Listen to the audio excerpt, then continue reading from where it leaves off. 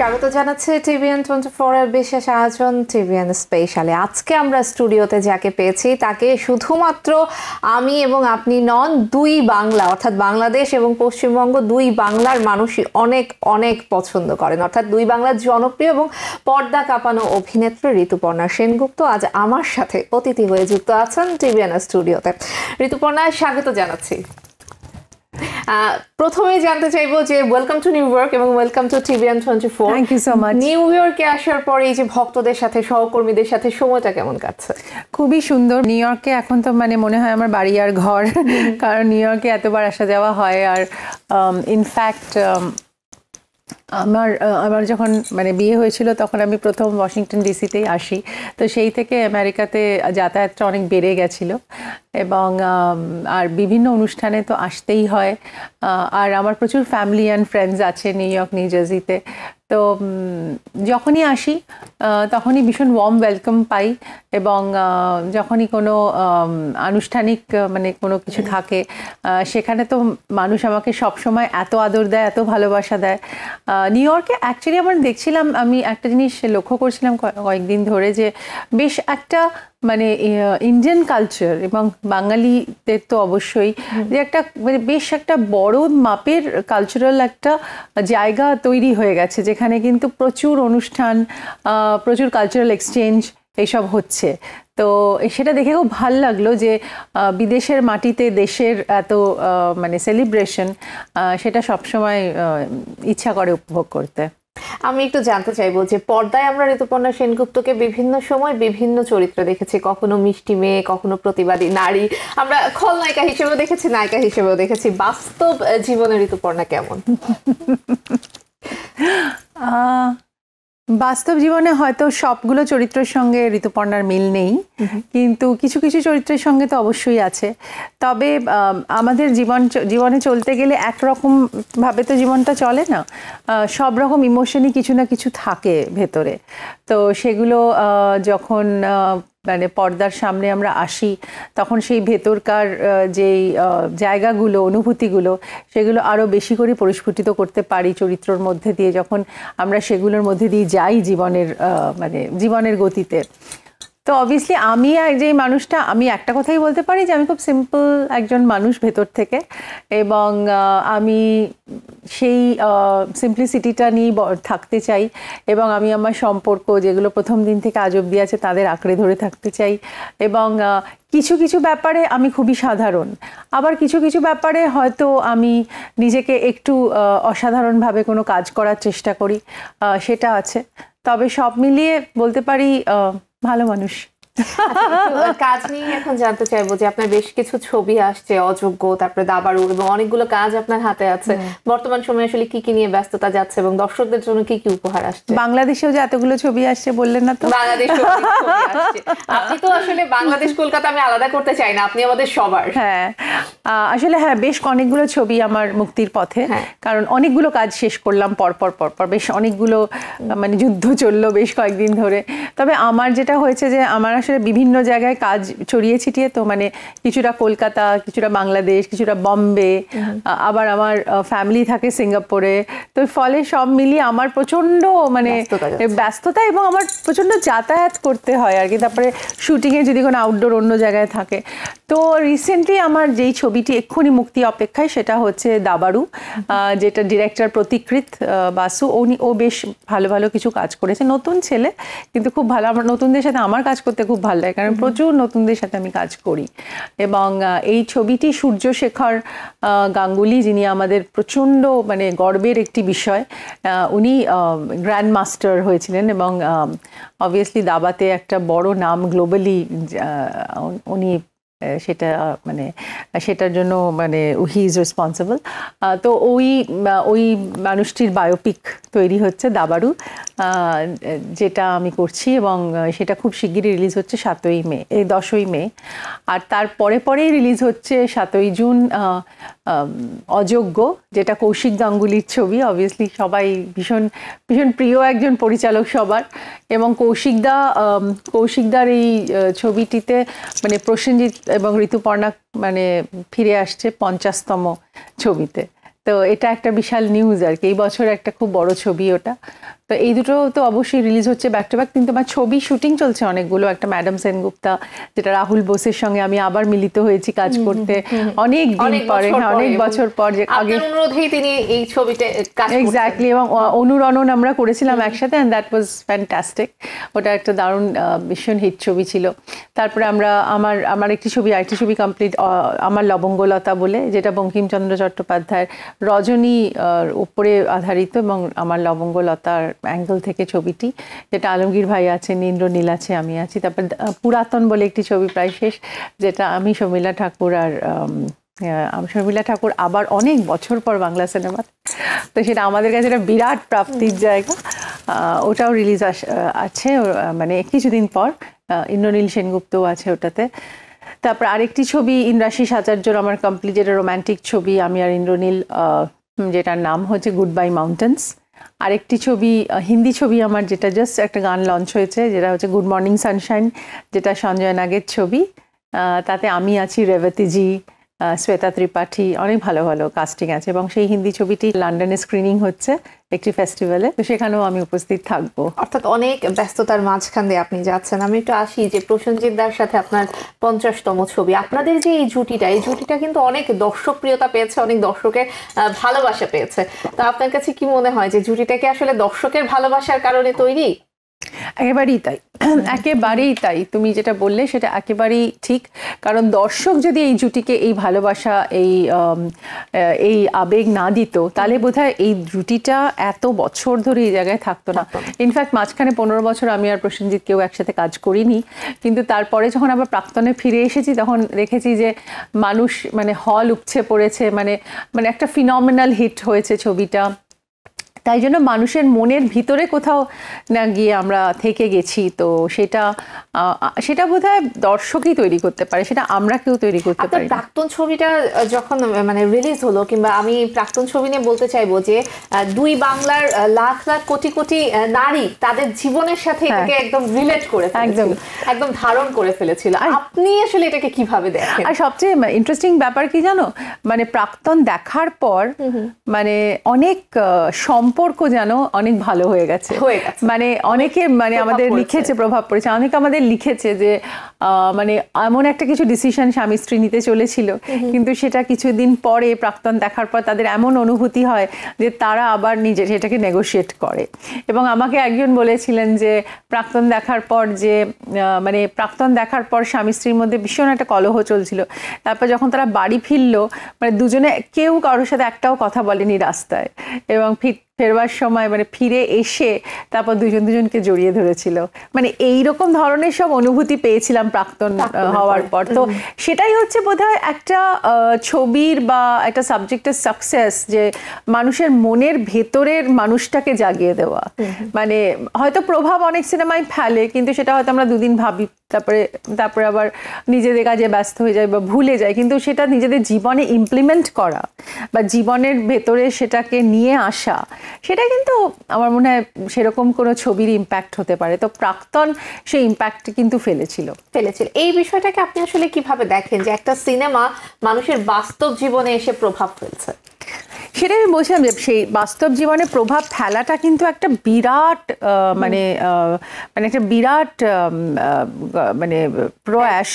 আমি কেন বলবো যে তার মানে পরিচালক এবং প্রযোজক বা মানে যারা টিম, গল্প বলা, অভিনয়, এবং সেটাকে কনভিন্সিং জায়গায় নিয়ে যাওয়া, সেটাকে রেলিভেন্ট করে তোলা তাদের সম্পর্কের জায়গা থেকে। তো সেখানে কিন্তু আসলে দর্শক এখন এতটাই, তারা সব রকম সিনেমার কাছে তারা এক্সপোজড, গ্লোবাল সিনেমাতে তারা দেখছেন, তারা নেটফ্লিক্স দেখছেন, তারা অ্যামাজন দেখছেন, তারা সারা পৃথিবীর সিনেমা তাদের হাতের মুঠোয়। ফলে মানে এমন কিছু সিনেমা মধ্যে থাকতে হবে যেটা দর্শকের ভেতরে মনে হবে, ভেতর থেকে মনে হবে যে না সত্যি তো এইভাবেও জীবনটা মানে অতিবাহিত করা যায়, বা এইটা সত্যি আমাদের জীবনে শেখা উচিত, সত্যি আমাদের জীবনে এটা ইমপ্লিমেন্ট করা উচিত। তো এই ব্যাপারটা আমার মনে হয় যে সেটা বোধহয় সেই পাওয়ারটা আসে লেখায়, যে পাওয়ারটা আসে যে মানে রাইটিংয়ের স্কিলটা খুব সাংঘাতিক হতে হবে, যে কারণ যে স্ক্রিপ্টটি লেখে মানে সেইটাই হচ্ছে আসল ব্যাকবোন অফ দ্য ফিল্ম। আমরা যেটা অভিনয় করি বা পরিচালনা করি, কিন্তু সেটা ওইটার ওপরে, মানে স্ক্রিপ্টিং এর ওপরে। তো স্ক্রিপ্টটা যিনি লেখেন বা যেটা ভেবে লেখেন তার অনুভূতিগুলো খুব ইম্পর্টেন্ট জানা। আমি একটু আপনার কাছ থেকে জানি যে আপনি বাংলাদেশেও কাজ করেছেন, কলকাতাতেও কাজ করছেন, এখনো করছেন, তো এই যে এই দুই বাংলার মধ্যে পার্থক্যটা আপনার কাছে কি মনে হয়? পার্থক্য মানে সেরকম কিছু না, আমার দুই বাংলাকেই খুব আপন লাগে, আমার নিজের ভাষা, আমার নিজের জায়গা, আমার নিজের আপনজনের মতো লাগে। অনলি মানে বাংলাদেশে একটা দেশে আসতে হয়, কিন্তু আমি সেই দেশটা কখনোই মনে করি না যে আরেকটা দেশ, কারণ আমাকে সবাই অনেকে মজা করেও বলেছে, মানে যে বলেছে যে ঋতুপর্ণা তুমি কোথায় আছো, বললাম যে আমি তো রাস্তায় আছি, আসছি, এই শুটিংয়ে পৌঁছে যাবো আধ ঘন্টা 1 ঘন্টার মধ্যে। কিন্তু মানে এটা একটা মিথ হয়ে গেছে, এই গল্পটা অনেকেই ওখানে বলে যে, কিন্তু পরে জানা যায় যে আমি ঢাকা এয়ারপোর্টে তখন, মানে কারণ ½ অ্যান আওয়ারই লাগবে আমার ঢাকা থেকে কলকাতায় যেতে, এবং তারপরে শুটিংয়ে যেতে আরো আধ ঘন্টা, তো মোটামুটি 1 ঘন্টার মধ্যে আমি শুটিংয়ে পৌঁছে যাবো। তখন আমি যখন ফিরে যাবো, এই কি তুমি ঢাকা এয়ারপোর্টে ছিল, তুমি এরকম বলে, বললাম আমি তো কিছু ভুল বলিনি, আমি তো এই সময়ের মধ্যেই পৌঁছে যাবার, আমি ঢাকাকে কখনো আলাদা ভাবি না, মানে আমার কাছে গোটা বাংলাটাই এক। এবং আমি যেই ভালোবাসা, যেই আন্তরিকতা বা যেই স্পর্শ, বা যে স্পর্শ বলতে মনে পড়লো যে একটি ছবি আসছে আমার বাংলাদেশে, স্পর্শ বলে, যেটা অনন্য মামুন ডিরেক্ট করছেন, আমি আর নীরব করছি। তো আমি সেটা বলছি যে মানে আমি সবসময় মনে করি যে ওই বন্ধনটা বোধহয় খুব গভীর, তো সেখানে যেন খুব একটা ডিফারেন্স আমার কিছু লাগে না, কারণ আমার মনে হয় যে মানে একই জায়গাতেই আমি আছি। আপনি যখন এসেছিলেন ইন্ডাস্ট্রিতে, সেই সময়টার এখনকার সময়টা, এই সময়টার মধ্যে কি কি পার্থক্য আসলে অনুভব করেন? তখন কাজের অভিজ্ঞতা, অনুভূতি, কিংবা এখন এসে আসলে এই বিষয়গুলো তখন ছিল না, আমাদের সময়, আমাদের শুরুর সময় ছিল না, এখন আমরা পাচ্ছি। অনেক অনেক অনেক চেঞ্জেস হয়েছে গো, অনেক কিছু বদলে গেছে। সিনেমার ধারা বদলেছে, মানুষের দেখার ভঙ্গি বদলেছে, স্ক্রিপ্টিং বদলেছে, সোসাইটির নানা রকম অনেক রকম ভেতরকার মানে যেই ঘটনাগুলো আমরা অনেক সময় দেখিনি, জানি না, বা সেরেনি সিনেমা হয়নি, সেই সব ঘটনা তুলে ধরা হচ্ছে। তারপরে অনেক রকম রিলেশনশিপ নিয়ে ছবি হচ্ছে, যেগুলো আগে কখনো হতো না, মানে মা ছেলের রিলেশনশিপ নিয়ে হচ্ছে, দুই বন্ধুর রিলেশনশিপ নিয়ে হচ্ছে, বা কোনো একটা ছোট ঘটনা পরিবারে সেটা নিয়ে ছবি তৈরি হচ্ছে। আগে যেরকম একটা কাঠামো ছিল ছবির, যে একটা রোম্যান্স হবে, একটা প্রেম ভালোবাসা, বিচ্ছেদ হবে, তারপরে একটা মারামারি হবে, তারপরে যাই হোক, তারপরে বাবা মার মধ্যে কিছু কলহ হবে, কিন্তু সেই প্যাটার্ন থেকে অ্যাবসলিউটলি ভেঙে গেছে সিনেমা। বোথ আমি বলবো ঢাকা সিনেমা এবং কলকাতা। ঢাকা তো নাটক আমরা অনেক প্রোগ্রেসিভ নাটক আগে থেকেই দেখেছি, কিন্তু সিনেমার মধ্যে যেই ধরনের কাজ এখন হচ্ছে, সুরঙ্গ বা হাওয়া, বা যেই ধরনের মানে ছবি, মানে মানে আয়নাবাজি, তারপরে যেই ছবিতে ইরফান খান ছিলেন, ডুব, সেইটি, তো আমি বলছি সিনেমার ওই ক্যালিবার মানে অন্য লেভেলের একটা। রিসেন্টলি আমি এই ফেস্টিভ্যালে দেখলাম একটি ছবি, মানে দেখলাম মানে একটুখানি আমরা ট্রেলার দেখলাম, যেটা নাম হচ্ছে 1971 সেই সব দিন, যেটার মধ্যে ফেরদৌস আছে এবং নতুন একজন মহিলা পরিচালক। তো আই থিঙ্ক প্রচণ্ড কিছু বদল এসেছে, যেটা শুধু আমি ঢাকার সিনেমা বললাম, কলকাতার সিনেমাও তো প্রচুর বদল এসেছে, যেখানে প্রচুর ইচ্ছের মতো ছবি, মানে অন্য রকম, বেলা শুরু বেলা শেষের মতো, অ্যালজাইমার নিয়ে গল্প, যেখানে দুজন প্রৌঢ়া হচ্ছে মানে ছবির হিরো হিরোইন। মানে আমি বলছি এই সব সিনেমাগুলো আগে বোধহয় আমরা অতটা উপলব্ধি করতে পারতাম, কিন্তু এখন মানে এই ধরনের কাজ, আমি যেই সিনেমাগুলো মানে অনেক রিসেন্ট যেই সিনেমাগুলো করলাম, বেশ কিছু সিনেমা বলার মতো, যেগুলো মানে একেবারে অন্য ধাঁচের ছবি, যেরকম পার্সেল করলাম, তারপর আহারে করলাম আরিফিন শুভর সাথে। তো আমি মনে করি যে মুক্তধারা, তারপরে অলিক সুখ, তো এই মানে অনেক ছবি যেগুলো মানে অনুরণন একটা অন্যরকম ছবির ধারা তৈরি করেছিল। তো অনেক ছবি যেগুলো বাংলা সিনেমা হঠাৎ করে সে তখন ওইভাবে উপলব্ধি করেনি, যেগুলো পরবর্তীকালে অনেক মানে বেশি করে উপলব্ধি করছে। আর অনেক কিছুই চেঞ্জ হয়েছে। আমাদের আগে ইন্ডিপেন্ডেন্ট প্রডিউসাররা ছিল, আগে শুধুমাত্র স্টুডিওতে শুটিং হতো, এখানে আমাদের আউটডোর বেড়ে গেছে, এখন বহু বিদেশে গিয়ে শুটিং হচ্ছে। তারপর মেকআপ বাস আছে এখন, যেখানে আমাদের আগে আমরা যখন শুটিং শুরু করেছিলাম তখন এখানে ওখানে গিয়ে চেঞ্জ করতে হতো, এই ইয়ে করতে হতো, কিন্তু এখন আমাদের ডেজিগনেটেড মেকআপ ভ্যানস আছে।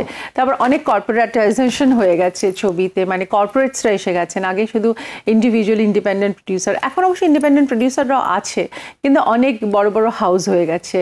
তো সিনেমার মানে অনেক কিছু টেকনিক্যাল ব্যাপার বদলে গেছে, সাউন্ড সিস্টেম বদলে গেছে, সো এভরিথিং মানে পুরো ব্যাপারটাই অনেকটা বদলের দিকে। কিন্তু তাহলেও আমি মনে করি যে ফান্ডামেন্টাল কিছু জিনিস থাকে যেগুলো সিনেমাকে চেনায়, যেগুলো আমাদেরকে বোঝায়, যেগুলো সিনেমার সঙ্গে আমরা সব সময় আইডেন্টিফাই করতে পারি।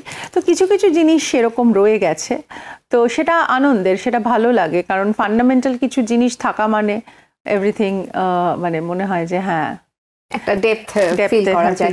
আমি একটু ইন্ডাস্ট্রির বাইরে আসি, যে আপনি এর বাইরেও এসে ফিল্ম প্রডিউসিং এর কাজ করছেন, তারপরে অনেক সোশ্যাল ওয়ার্কের সাথে আপনি যুক্ত আছেন, এই সম্পর্কে একটু জানবো আপনার কাছে। প্রডিউসার তো অনেকদিন ধরেই আমি, এবং আমরা অনেক ছবি প্রডিউস করেছি, বেশ কিছু ছবি ভালো লেগেছে দর্শকের, এবং তার মধ্যে আছে আলো, তার মধ্যে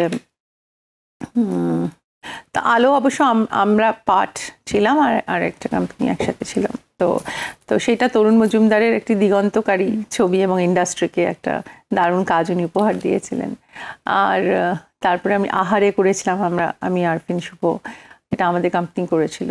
তারপরে আমরা আরেকটি ছবি আমাদের রিসেন্টলি রিলিজ হয়েছে, যেটা নিয়ে খুবই হইচই পড়েছে, দত্তা, মানে সুচিত্রা সেন করেছিলেন। তারপরে আমি সাহেব চট্টোপাধ্যায় এবং জয় সেনগুপ্ত করেছিলাম।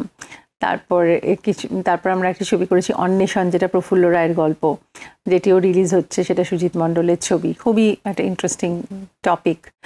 তারপর পটাদার কীর্তি বলে একটা ছবি করেছি। তারপর আমাদের পুরাতন আসছে। তো বেশ কিছু ইন্টারেস্টিং কাজ আমরা করছি, শর্ট ফিল্মস করেছি। তো দেখা যাক এরপরে আরও কিছু ভালো কাজ মানে করার ইচ্ছা রয়েছে। তো প্রযোজনাটা তো আছেই, আর এনজিওর সাথে আমি প্রচুর কাজ করি সামাজিকভাবে, কারণ লাইফ বিয়ন্ড ক্যান্সার এটা ব্র্যান্ড অ্যাম্বাসেডর আমি। আপনারা যদি কেউ গিয়ে ওয়েবসাইট দেখেন, লাইফ বিয়ন্ড ক্যান্সারে বাচ্চাদের ক্যান্সারের জন্য আমরা কাজ করছি, যেখানে পার বাচ্চার মাথা পিছু 15,000 টাকা লাগে, শুধু জাস্ট মানে ট্রিটমেন্ট শুরু করতে, কিন্তু সেটা সাস্টেন করতে অনেক টাকা লাগে। সেই জন্যই আপিল যে যদি সবাই আমাদের কেউ সাহায্য করতে চান, ডেফিনেটলি ওখানে ওয়েবসাইট আছে, ওখানে সব কিছু ট্রাস্টের কথা লেখা আছে, সেখানে গিয়ে আপনারা দিতে পারেন। সেম কলকাতার এন্ডেভার সোসাইটি আমাদের আরেকটি এনজিও আছে, যেখান থেকে আমরা উইমেন আর চিলড্রেনদের জন্য কাজ করি। তারপর আমাদের দিশা ফাউন্ডেশন বলে একটি অরফেনেজ আছে। তো এরকম বহু কাজের সঙ্গে আমি যুক্ত। তো মানে আপনি অনেক সোশ্যাল অ্যাক্টিভিটিসের সঙ্গে যুক্ত আছেন, অনেকভাবে মানুষকে হেল্প করছেন, অনেকভাবেই সহযোগিতা করছেন। একটা গুঞ্জন কিন্তু বারবার উঠে এসেছে যে আপনি কি রাজনীতিতে যোগ দিবেন কিনা। আমি একটু এই প্রশ্নটাও আসলে টানতে চাইবো, যে অনেকে আপনাকে উৎসাহ হয়তো বা দিয়েছে, কিন্তু আপনি আসলে কখনোই এরকম কোনো আগ্রহ প্রকাশ করেননি। তো এই বিষয়ে আসলে কি বলতে চান? এখনো অবধি আমি রাজনীতি সম্বন্ধে কোনো আগ্রহ প্রকাশ এই কারণেই করিনি, কারণ রাজনীতি সম্বন্ধে আমি ঠিক ভালো অবগত নই। 2 নম্বর হচ্ছে আমি আমার জীবনের এবং কাজের রাজনীতি আমি হ্যান্ডেল করতে পারি না, তাহলে আমি সমাজের রাজনীতি কি করে হ্যান্ডেল করব? আমি আমার মতো ভালো কাজ করে যেতে চাই। আমি আমার সামর্থ্য বা আমার মেধা, আমার বুদ্ধি দিয়ে আমি যতটুকু মানে মানুষের কাছাকাছি পৌঁছতে পারবো, সেইটুকু আমি করতে চাই, যেটা আমার আয়ত্তে আছে এবং যেটা আমি বুঝি। কারণ যেই জায়গাটা আমি বুঝি না, এবং যারা এত বছর ধরে পলিটিক্স করেছেন এবং যারা এত বছর ধরে এই জায়গাটাকে চিনেছেন, জেনেছেন, তাদের প্রাপ্য এই জায়গা। কারণ সেখানে আমি কখনোই জায়গাটায় যেতে চাই না, এই কারণে, কারণ আমি অন্যদের প্রাপ্তির জায়গাটাকে কখনোই আমি সেখান থেকে আমি নিতে চাই না। কারণ তারাও কিন্তু তাদের প্রফেশনাল মানে তাদের রাজনীতির জায়গা থেকে প্রচুর পরিশ্রম করেছেন এই জায়গাটায় আসতে। তাই জন্য আমি আমার মতো কাজ করে যেতে চাই। তবে হ্যাঁ, এটা ঠিক, যদি কখন আমাকে কোনো ব্যাপারে প্রয়োজন হয়, আমি সেটা যে দলেরই হোক, যেখানেই হোক, আমি সেখানে যাব। তাই আমি একজন নিরপেক্ষ মানুষ। জি, আমরা আলোচনা একদম শেষ পর্যায়ে চলে এসেছি। ঋতুপর্ণা, দর্শকদের উদ্দেশ্যে যদি কিছু বলতে চান। দর্শকদের উদ্দেশ্যে আমি এইটুকুই বলবো যে নিউ ইয়র্ক শহরে এই TBN24-এ এসে আমার ভীষণই ভালো লাগলো। আমরা recently Suchitra Sen international film অ্যাওয়ার্ডসের জন্য এসেছিলাম, এবং সেখানে আমি ব্র্যান্ড অ্যাম্বাসাডর। আমি চাইবো এই লেগেসি চলতে থাকুক, এবং দারুণ দারুণ আমরা সিনেমা দেখতে পাই, নতুন নতুন সিনেমা পরিচালক প্রযোজকদের উৎসাহ দিতে পারি, আর্টিস্টদের উৎসাহ দিতে পারি। আমার কাজ হচ্ছে মানুষকে ইন্সপায়ার করা, এবং আমার কাজ দিয়ে ইন্সপায়ার করা। আপনারা আমাকে অনেক অনেক অনেক ভালোবাসা দিয়েছেন, আমি সেই ভালোবাসার মর্যাদা রাখতে চাই, ভালো কাজ দিতে চাই, এবং আপনাদের খুব খুব মনের কাছাকাছি থাকতে চাই, কারণ আমি আপনাদের খুব ভালোবাসি। আমরাও আপনাকে অনেক ভালোবাসি। দর্শক, TBN স্পেশালে এই ছিল আমাদের আজকের আয়োজনে। TBN24-এর সঙ্গেই থাকুন। TVN 24 টেলিভিশন দেখতে আজই কল করুন 7187776556। লগ ইন করুন www.totalcablebd.com। নিউ ইয়র্ক থেকে সম্প্রচারিত TVN 24 টেলিভিশন বিশ্বজুড়ে বাঙালির কণ্ঠস্বর।